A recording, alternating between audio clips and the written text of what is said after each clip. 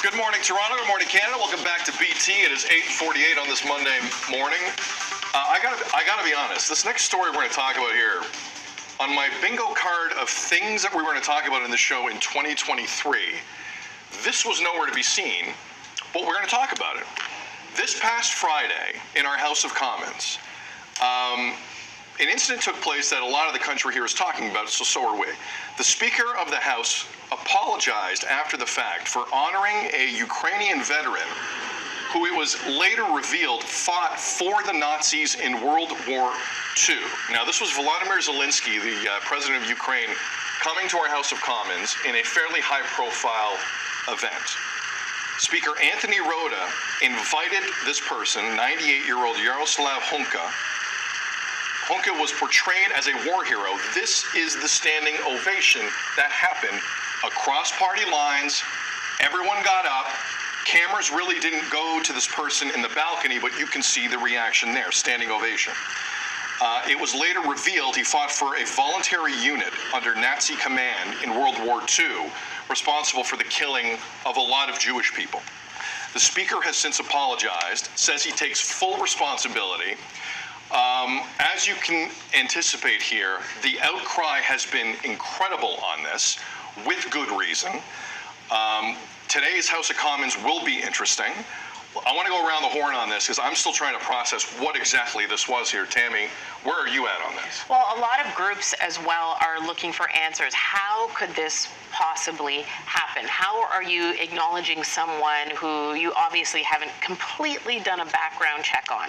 I think that to have them invited, period, is one thing, but to be hailed as a hero, Ukrainian hero, and a Canadian hero on top of it, I think is just a mistake I hope will never happen again.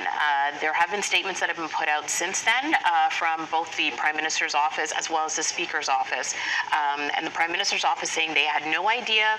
It was up to the Speaker to invite whoever they want, and they had no idea, and they denounced it, of course. And the Speaker also taking full responsibility for this in the meantime. But maybe this is something, a gap that will now be bridged, that you know exactly who is coming in when it comes to an event of this magnitude. Yeah, I'm with you on that, Tam. And somebody had to know. You know what I mean? How does this slip through? You got to do the background checks. You have a lot of people that are involved in this. You may have interns that are working there that are trying to learn about this government, the House itself. Get somebody to do a check. And you know, everybody that's doing the applause is under the impression that this is a hero. So I don't fault anybody for applauding, because if that's how it was presented to me, I'd be standing on my 2 feet as well if I'm able to, and cheering for somebody, you know, if that's how it's presented. But you got it. People, left hand, right hand, talk to each other.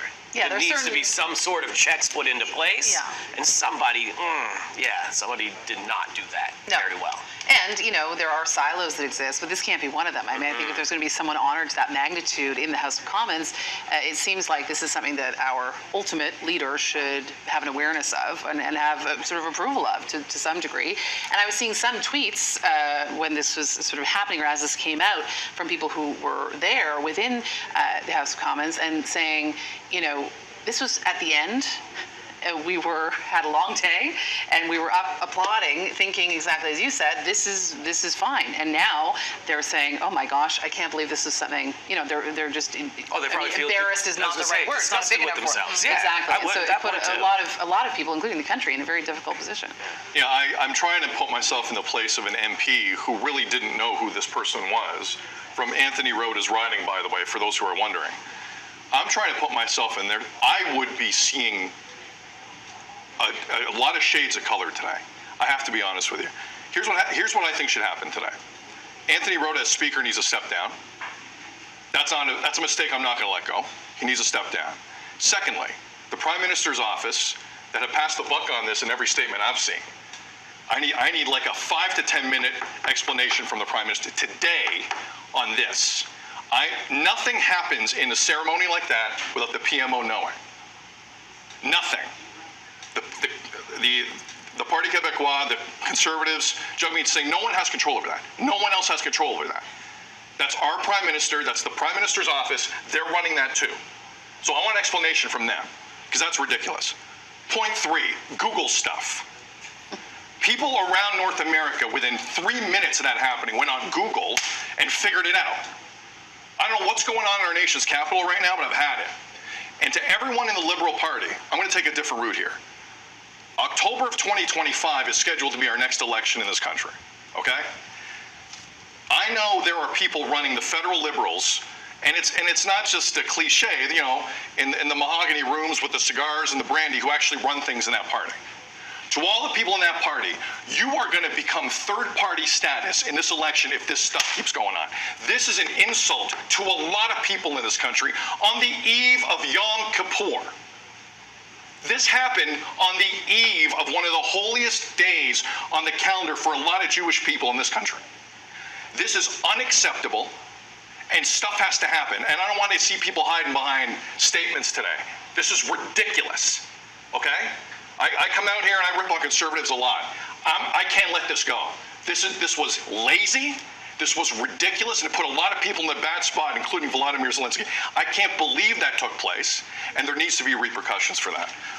With that said, hopefully, Tam, hopefully, Meredith, hopefully, Devo, we see some real sincere apologies and action today. I don't need just the apologies. There needs to be action today.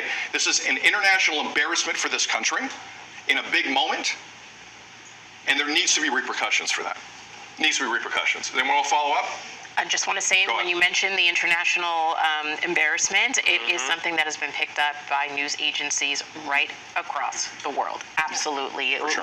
My timeline is full. Yeah, you say use Google. If you type in House of Commons Canada, you are getting amounts of articles from international places. And you're so right, Sid, right on the eve of one of the holiest times. Can you believe in that? Calendar. No, Can you believe that? Yeah, yeah. Google it. It's 8:55. You're watching BT. More after this.